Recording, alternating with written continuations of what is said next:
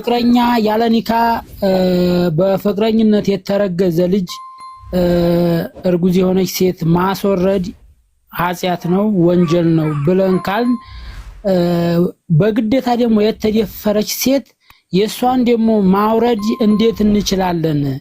የዚህኛይቱም ነፍስ ነው የዛችኛይቱም ነፍስ ነው። እሷ ናት እንጂ የተገደደችው የዚህኛይቱም ወዳ ያረገችውም ነፍስ ነው። የዛችኛይቱም የተገደደችው የሚፈጠረው ነፍስ ነው። የዚህኛይቱ ወንጀል ከሆነ የዛችኛይቱንም የተደፈረችውን ለማስወረድ እንዴት ነው ወንጀል የማይሆንብን ነው? በመጀመሪያ ነፍስ አይዘራበት በፊት እያልኩኝ ስናገር ነበር፣ አልሰማህም ማለት ነው። አንድ ጽንስ እስከ 4 ወር ድረስ ነፍስ አይዘራበት። እስከ 4 ወር ማነው 20 ቀን ድረስ ነፍስ አይዘራበትም። የመጀመሪያው 40 ቀን በዲት ላይ አዳም የዘር ፈሳሽ እንዳለ ይሆናል። ከዛ በኋላ ይቀየራል። አሁንም ነፍስ አልተዘራበትም። ለ40 ቀን የረጋ ደግሞ ይቆያል። የሚጥለው 3ኛው 40 ቀን ደግሞ ወደ ተላመጠች ስጋ ይቀየራል። አሁንም ነፍስ አልተዘረባትም ገና። ከዛ የሚቀጥለው ወደ አጥንት ይቀየራል። ከዚያ ስጋ ይለብሳል። ከዚያ በኋላ ነፍስ ይዘራበታል። አሁን ገና እንደተደፈረች ነው ይሄ ልጅ ገና ወይ የረጋ ማን ነው የዘር ፈሳሽ ነው ወይንም ደግሞ የረጋ ደም ነው ወይንም የተላመጠ ስጋ ነው የሚሆነው። በዚህ ጊዜ ነፍስ ባልተዘራበት ጊዜ ይችኛዋ ፈቃደኛ ሆና ያደረገችው ሴት ይህን ራሱ ማስወገድ አይፈቀድላትም። ተደፍራ ከሆነ ግን ያቺ ሴት ነፍስ አጠፋሽ ተብሎ ሊገለጽ አይችልም። በሁለቱ መካከል ምን አለ ከተባለ ይችኛዋ ፈቃደኛ ሆና አድርጋለች፣ ያችኛዋ ግን ሳትፈልግ ተደፍራ ነው። አንደኛ እሷ ነች የሚፈቀድላት። ሁለተኛ ጽንስን መቋቋም አትችልም ብለው 2 እና ከዚያ በላይ ዶክተሮች ከተናገሩ እቺ ባለትዳርም ብትሆን ማለት ነው። ለምሳሌ አገባች አንዲት ልጅ ግን ያቺ ልጅ ጽንስን መቋቋም እንደምትችል ዶክተሮች 2 እና ከዚያ በላይ አጥንተው ተናገሩ። እቺ ልጅ ጽንሱን መቋቋም የማትችል ልጅ ነች፣ በህይወቷ ላይ አደጋ ሊሆንባት ይችላል ብለው እዛኔ ያ ነፍስ ሳይዘራበት ገና የዘር ፈሳሽ ወይንም የረጋ ደም ያንን አቅሟን እስክትችል ድረስ እስከዚያ ዓመታት ድረስ ልትጠብቅ ችግር አይኖርም። ያ ነው። ሌላው ነፍስ ከተዘራበት በኋላ ለየትኛውም ቢሆን ማስወረድ አይቻልም። ነፍስ ከተዘራበት በኋላ ተደፍራም ይሁን ሳትደፈርም ይሁን በትዳርም ቢሆን ኒካ አስረው ቢጣሉ አይቻልም።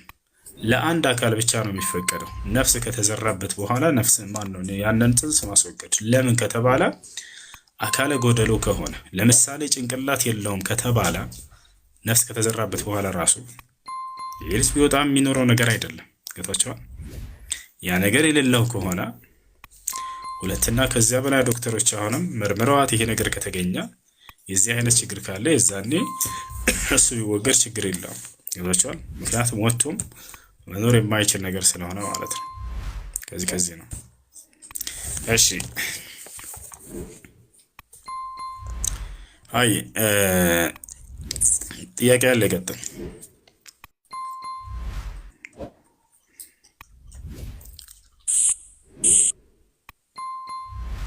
ወአለይኩም ሰላም ወራህመቱላሂ ወበረካቱ።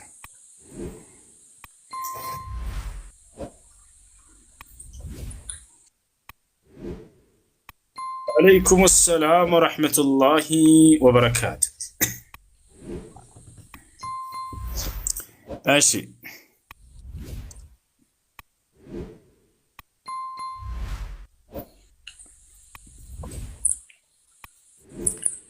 እሺ ሰው አህድ ገብቶ አህዱን ሳይሞላ ከቀረ ምን ማድረግ አለበት? መሙላት አለበት። ካልሆነ ተውበት ማድረግ ወደ አላህ ሱብሓነሁ ወተዓላ። ወአውፉ ቢልዓህድ ቃላችሁን ሙሉ ብሏል አላህ። ቃሉን መሙላት አለበት ሰውየው። ያንን ካቃተው ካልቻለ ወደ አላህ ሱብሓነሁ ወተዓላ ተውበት ማድረግ። አምላክ ያላህ ሆይ ቃልን መፈጸም አልቻልኩም ይቅር በለኝ ብሎ ወደ እርሱ ተውበት ማድረግ። እሺ ተውበት ብቻ በማድረግ እንትን ይሆናል? ያኒ ከፋራ የለውም? የለውም። እሺ ሌላኛው ጥያቄ ደግሞ አንድ ባል ሚስቱን ሌላ ሚስት ያለው ሳይነግራት ካገባት ህክሙ ምንድን ነው? ሚስት ያለው ሌላ ሚስት ማግባት የሚለውን በተመለከተ ከዚህ በፊት ተናግሬያለሁ። አንደኛ ድብቅ አድርጎ ማግባት አይቻልም። ደብቆ ማግባት አይቻልም። ስርያ ይባላል በኢስላም የድብቅ ጋብቻ ማለት ነው። ነቢያችን ሰለላሁ ዐለይሂ ወሰለም ሐዲስ ላይ አንድ ሰው መጣና ጠየቃቸው፣ ያ ረሱላህ ተዘወጅቱ ወላኪን ማ አዕለንተ ናቸው አው ሊሞሉ ቢሻቲን አሉት። አንተ የአላህ መልእክተኛ ሆይ ኒካ ስሬያለሁ አግብቻለሁኝ፣ ግን በገሃድ አላወጣሁትም ድብቅ አድርጌዋለሁ ሲላቸው አንዲት ፍየል እንኳን ብትሆን ማርደህ በገሃድ አውጣ ይሄን ነገር አሉት። ድግስ አድርግ አሉት። ስለዚህ በድብቅ ማግባት አይቻልም። አንደኛ እሱ ነው። ሁለተኛ ነገር ምንድነው? አንቺ አልሽሽ ያ እንትን ያለችው ሚስት ታውቃለች፣ ግን አዲስ የምትመጣው ሚስት አታውቅም ሚስት እንዳለው ማለት ነው። እሺ መናገሩ መስፈርት አይደለም፣ ግን ያንን ነገር በሚነግራት ጊዜ በኋላ ስታውቅ በትዳሩ ላይ ችግር እንዳይፈጠር ያንን ያሳውቃት። ቀድሞ ያሳውቃት ያለውን ነገር እንዳይዋሻት እንዳይደብቃት። ምናልባት ልጠይቀውም ትችላለች፣ መጠየቁ አይቀርም።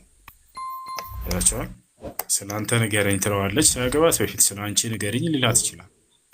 የዛኔ ከዋሻት ሚስት እያለው ልጅ እያለው አይ ሚስት የለኝም ልጅ የለኝም ብሎ ማሸት አይችልም።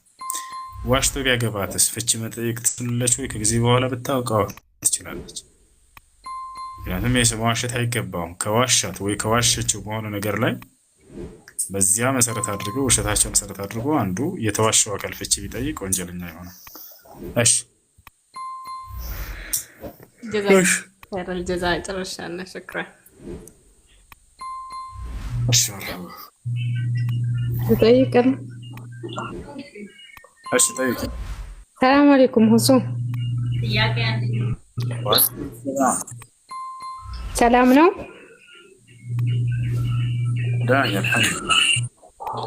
ያለው ሁሱ ያኔ አሁን ምሳሌ የሆነ ነገር አላህ ካሳካልኝ እንደዚህ ብሎ ነዘር መግባት አይቻልም? ይቻላል። ማዕል ከራሃ ከመጠራቱ ጋር ይቻላል። መክሩህ ነው የተጠላ እሺ አንድ ጥያቄ ደግሞ እንትን ፖፖ የሚባል ጨዋታ አለ ማለት ነው። እሱ ይቻላል? ያኔ እንደዚህ ስንገባ ሂጃብ አድርገን ፊታችን ብቻ ተገልጦ ያኔ ካሜራው ያያችሁ ምናምን ነገር ይላሉ። የሆነ ፖፖ የሚባል ጨዋታ አለ። እሱ ይቻላል ወይስ አይፈቀድም? አንደኛ ሴቶች ፊት ገልጠው ከሆነ በዚያ ቦታ ላይ የሚቀመጡት አይቻልም። እኔ አፑን አላውቀውም፣ ግን እነዚህ ነገራቶች ካሉ ከተገኙበት አይሆንም። ቁማር አለው እያሉ ነው ሰዎች ኮሜንት ላይ። በዚያ ላይ ቁማር ያለውን አንጫወትም፣ ቁማር ያለውን አንጫወትም። በስ ይሄ ምንድነው እሱ የሚለቀውን እንትን ነው የምንለቅመው ማለት ነው። ምንድነው የምትለቁት? የሆነ እንደዚህ እንትን ላይ ቁጭ ብለህ ወንበር ላይ እነዚህ ቁማር ምናምን የሚጫወቱት ሁለት አለ። ምን ነበር? እኔ በደንብ አልገባኝም፣ አዲስ ነው የገባሁት እና እሱ አይቻልም ሐራም ነው አሉ። ግን ይሄኛው ቁጭ ብለህ ሳንቲም እንደዚህ ሲመጣልህ እንደ እንትን ሲመጣ ያኔ ትነካዋለህ፣ ሳንቲም ነው የሚቆጥርልህ ማለት ነው። ስራን እንትን አፑን ሙሉ በሙሉ መረጃ ይዘሽ ስትመጪ ጊዜ ትጠይቂያለሽ። አሁን ግን ኮሜንት ነው ብዙዎች የሚያውቁት ልጆች ይመስሉኛል ቁማር ነው እያሉ ነው። አይቻልም አፑን ሄጂ እሺ አሁን አዳምጪ ተወክሽ ቁማር ካለው ሐራም ነው። አላህ ስብሓነሁ ወተዓላ ቁማርን ሐራም አድርጓል በቁርአን ላይ። يسألونك عن الخمر قل فيهما إثم ብሏል። ሙሐመድ ሆይ ሰዎች ስለ አስካሪ መጠጥና ቁማር ይጠይቀዋል፣ በእነርሱ ውስጥ ኃጢአት አለ በላቸው እያለ ይናገራል። ታላቅ የሆነ ከባድ የሆነ ኃጢአት አለ በላቸው ይላል። በሌላ ቦታ ላይ ያ አዩሃ አለዚነ አመኑ ኢነማ አልኸምሩ ወልመይሲሩ ወልአንሳቡ ወልአዝላም ሪጅሱን ሚን ዐመሊ ሸይጣን፣ አስካሪ መጠጥ ልክ እንዲሁም ቁማር ቆሻሻ ስራዎች ናቸው፣ አጸያፊ ስራዎች ናቸው ካለ በኋላ የሰይጣን ስራዎች ናቸው አለ። ስለዚህ ቁማር ክልክል ነው፣ ሐራም ነው በኢስላም። ሁለተኛ ነገር በዚያ በአፑ ላይ ፊታችሁን ገልጣችሁ የምትቀመጡ ከሆነ ሴቶች፣ ይህም ሌላ ስህተት ነው። ወላ ተበረጅነ ተበረጀል ጃሂልየቲል ኡላ ያለውን አንቀጽ ይጻረራል። ይህ ስራ እንደቀደሙት መሃይማን ዘመን ሴቶች መገላለጥን አትገላለጡ ብሏል። ሶስተኛ በዚያ አፕ ላይ የምትለቁት ነገር እየጨፈራችሁ ወይንም መጥፎ ነገር ምናምን የምትለቁበት ከሆነ ያም ሐራም ይሆናል። ልክ እንዲሁ ገብታችሁ ይህ ነውና እነዚህ አይነት ነገራቶች ካሉበት አይሆንም። እሺ ጥያቄ ያለው ካለ ይቀጥል። እኔ ልቀጥል? ቀጥሽ። ሰላም አለይኩም ወራህመቱላሂ ወሱ ሰላም ሁሱ የእኔ ጥያቄ አንድ ሴት ልጅ ሀይድ ላይ ሆና ቁርአን መቅራት ትችላለች ወይ? ኖርማል እኔ ከዛ በፊት እንትን ኖርማል እንደማይቻል ነበረ ማቀው። ከዛ የሆነ ታይም ላይ ቁርአን ግሩፕ መቅራት ጀመረን። ከዛ እየቀረን እያለ አንድ ኡስታዝ ነው ስጠይቀው ጊዜ ይቻላል አለኝ። ከዛ በቃ ቀራውኝ። በእጄ ያስኩትም ግን በስልኬ ነው የቀራውት በአፕሊኬሽን እና ያ ወንጀል ይሆንብኛል ወይስ ይቻላል ወይ? ሁለተኛ ነገር ደግሞ አንዳንዴ እንትን ሐማም ውስጥ እገባለሁ እና ልብስ ምናምን እዛ ማሽን አለ የልብስ ማጠቢያ እረሳና ውጭ ላይ የምጠቀማቸውን ያላን ስሞችን እጠቀማለሁ። በቃ ውጭ ላይ አላሁ አክበር በቃ ብቻ ውጭ ላይ ስደነግጥ የምጠቀመው ነገር ድምጼን አውጥቼ ሐማም ላይ ብዙ ጊዜ እጠቀማለሁ እና ያ ወንጀል ይሆንብኛል ወይ? ላቁሙ ቢሉላ ማቆም አልቻልኩም።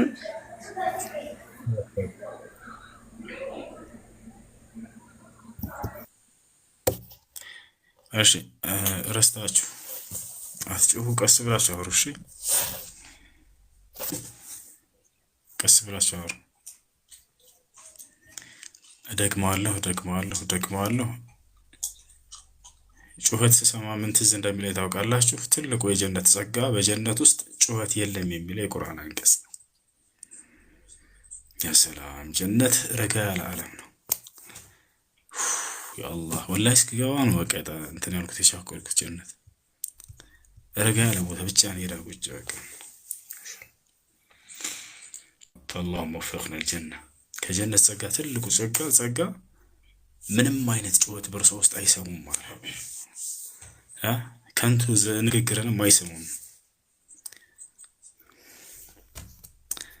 እና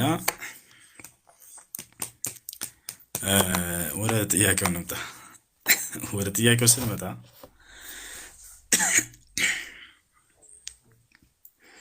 ረስቼ በሽንት ቤት ውስጥ የአላህን ስም አነሳለሁ፣ ይሄ እንደ ወንጀለኛ ያስቆጥረኛል ወይ አያስቆጥርሽ? ሁለተኛ በወር አበባ ጊዜ እንቀራለን፣ ኡስታዛችንን ቅሩ ብሎናል ሞባይል ይዘን፣ ይሄ ችግር አለው ወይ? እውነቱን ነው ወይ? እውነቱን ነው፣ ችግር የለውም። በዕለሞች መካከል ኺላፍ አለ። 4 አቅዋል አለ በዚህ ላይ فيه 4 أقوال لأهل العلم في مسألة قراءة القرآن للحائض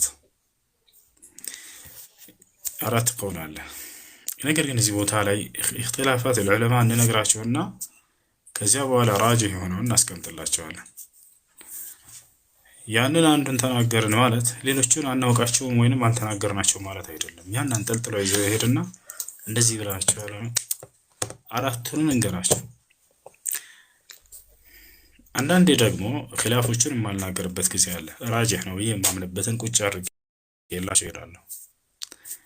ለምሳሌ ሼክ ሳሊህ አልፈውዛን፣ ሼክ ኢብኑ ዑሰይሚን ፈትዋ አሰጣጣቸው በጣም የተለያየ ነው። ኢብኑ ዑሰይሚን እና ሼክ ኢብኑ ባስ አካሄዳቸው አንድ አይነት ነው። اختلافات العلماء እንዳለ ዝርዝር ያደርጉላችሁና ራጅሁ ግን ይሄ ነው ብለው አስቀምጠውላችሁ ይሄዳሉ። ሼክ ሳሊህ አልፈውዛን ጋር ስትሄዱ እንደዛ ያደርጉ፣ ራጅህ ነው ብለው ያመኑበትን ብቻ ቁጭ አድርገው ይሄዳሉ። خلاص ሌሎችን የዑለሞችን ንግግር ያናንቃሉ ወይ አያናንቁም? ያከብራሉ። ይሄ መንሃጃቸው ነው። ይሄ መንሃጃቸውን ያላወቀ ሰው ግን ያን የሳቸውን ንግግር ያንጠለጥልና ይሄን ያለ ሰው በቃ ይሄ ብቻ ነው ትክክለኛው፣ ያንን ያለ ሰው ልክ በዚያ ላይ የስተት ንግግር አስመስሎ መግለጽ። ለማንኛውም በዚህ ጉዳይ ላይ የዑለሞች ንግግር 4 ነው። ሁሉንም ኺላፋቶች ልግለጽላችሁ። ከዚያ ራጅሁ የትኛው ነው የሚለውን ደግሞ መጨረሻ ላይ አስቀምጥላችኋል። አንደኛ የመጀመሪያው ሴት ልጅ በወር አበባ ጊዜ ያለ ጓንት ያለ ጨርቅ ያለ ምንም ነገር በቀጥታ በእጇ ይዛ ብትቀራ ችግር የለውም ትችላለች የሚል አቋም አለ። ለምሳሌ በዚህ አቋም ላይ ካሉ ዑለሞች ሼክ አልባኒና ሼክ ሙቅቢል አልዋዲዒ ረሒመሁም ላሁ ተዓላ። እነዚህ ታላላቅ ዑለሞች ይህ ነው አቋማቸው። ሴት ልጅ ምንድነው ማስረጃቸው ሲባሉ ምንም አይነት የሚከለክል ማስረጃ ስለሌለ ይላሉ ፈትዋቸው ላይ። አልባኒ ትልቅ ዓሊም ናቸው። ሙቅቢል ታላቅ ዓሊም ናቸው። ምን አሉ? ሴት ልጅ በወር አበባ ጊዜ ሙስሐፍን የወረቀቱን ቁርአን ይዛ ብትቀራ ትችላለች ነው አቋማቸው። ምንም የሚከለክል ማስረጃ ስለሌለ በግልጽ። አንደኛ እሱ ነው። ሁለተኛው ምንድነው? ሙሉ በሙሉ መቅራት አትችልም የሚል ነው። በዚሁ አንጻር ሴት ልጅ የወር አበባ ላይ እስካለች ድረስ በሂፍዟም ይሁን ሞባይሉንም ይዛ ይሁን በጨርቅም በጓንትም ይዛ ይሁን ያለ ጨርቅም ያለ ጓንትም በሂፍዟም ሙሉ በሙሉ እንደው መቅራት አትችልም የሚል አቋም ነው። ይህ ሁለተኛው አቋም።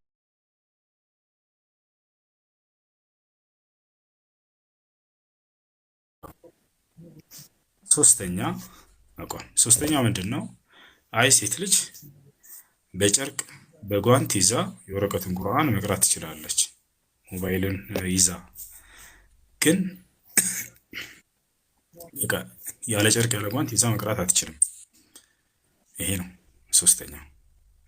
አራተኛው ደግሞ ምንድን ነው? መቅራት አይቻልም፣ ሙሉ በሙሉ አይፈቀድላትም።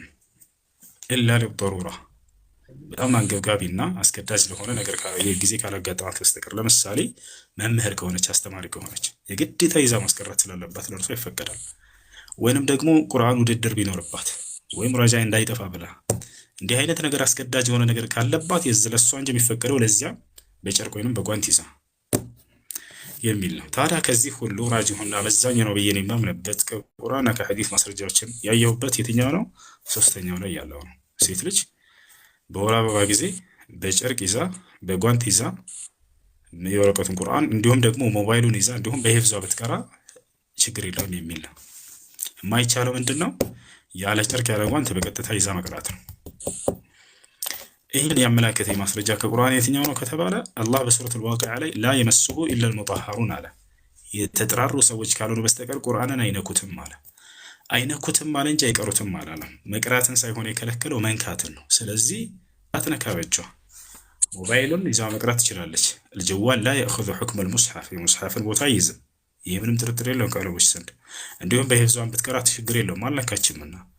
እንዲሁም በጓንት ወይንም በጨርቅ ወይንም ከማ የቁሉ ልዑለማ ቢሓኢል በሆነ ነገር መካከል ላይ አድርጋ በእጇና በቁርአኑ መካከል በጓንት ወይንም በጨርቅ ወይንም በሶፍት ይዛ ብትቀራ ችግር የለም። የማይቻለው ሙስሐፍን እንዳትነካ ነው። ቁርአንን አትንኩ ለማለት እንደሆነ እየተናገራለሁ እየተረዳለሁ። አንተ እንደተረዳህ አዎ ነቢያችን ሰለላሁ ዐለይሂ ወሰለም ሐዲስ ላይ ወደ የመን ላይ በላኩት ደብዳቤ ውስጥ ምን የሚል መልእክት አስላኩ? አላ የመስ አልቁርአን ኢላ ጣሂር አሉ። ቁርአንን ጣሃራ የሆነ ሰው ካልሆነ በስተቀር እንዳይነካ የሚል መልእክት ላኩ። ከተቻለ አይደለ እንዳይነካ እንዳይቀር አይደለም እንዳይነካ ቁርአንን።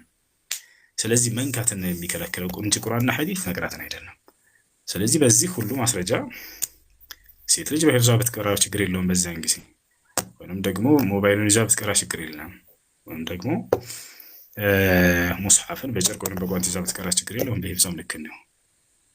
እሺ ቀጥሉ። ሼክ ሰላህ አልፈውዛን አቋማቸው አይቻልም። ሼክ አልባኒና ሙቅቢል ደግሞ ይቻላል ይላሉ ቃል በቃል።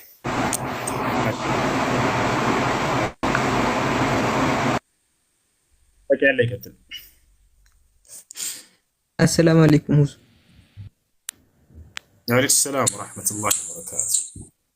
እንትንስ አሁን ውዱ ያለ ውዱስ ወንድ መንካት ይችላል? አሁን እኔ ብዙ ጊዜ ኡስታዞች ምናምን ያለ ውዱ አድርገህ ንካ ነው ያሉኝና እኔም ዝም ማስረጃ ምናምን አልጠየኳቸውም። የለውም ማስረጃ እሱ አሁን ያለ ውዱ መንካት አይቻልም። አሁን የተናገርኩት ማስረጃ አላህ ለወንድ ለልሙጣሃሩን ብሏል። ለወንድም ቢሆን ግዴታ ውዱ ማድረግ አለብን ከመንካታችን በፊት። አሃ ፔሪየድ ላይ ስትሆን ሲባል ያው ፔሪየድ ላይ ትሆን እንጂ ውዱ አድርጋ ነው ግን የምትነካው ነው አይደለም። እሷ በጨርቅና በጓንት ነው እሷ ይዛ የምትቀረው። ለወንድ ልክ ነው። ወንድ ያንን መያዝ ቢፈልግ ሙስሐፍን እሱ ውዱ ከሌለው እሱም በጨርቅና በጓንት ካልሆነ በስተቀር በእጁ በቀጥታ ማንካት አይችልም።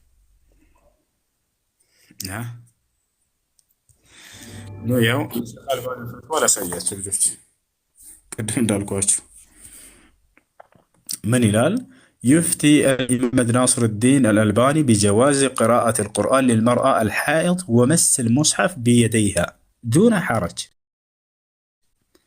ويرى أنه لا يوجد في الكتاب والسنة أو السنة دليل صحيح أو صريح يمنع الحائض أو الجنب من تلاوة القرآن أو لمس كتاب الله عز وجل. ليش هذا هو فتوى الشيخ الألباني يمقبل المقام هنا ግን ይሄንን ይዘን ሼክ ሳሊህ አልፈውዛን አይቻልም ብለዋልና ከዛ ውጭ እነ አልባኒ ላይ ዘመቻ መክፈት ወይንም አልባኒ እንትን ሙቅቢል ላይ ዘመቻ መክፈት አያስኬድም። ይሄ ሐዳድዮች መንገድ ነው፣ ይሄ ሰለፊዮች መንገድ አይደለም። الحدادية جاءوا في بين أهل السنة والجماعة وأخذوا الطرف الثاني في المسائل الخلافية وحاربوا الطرف الثاني.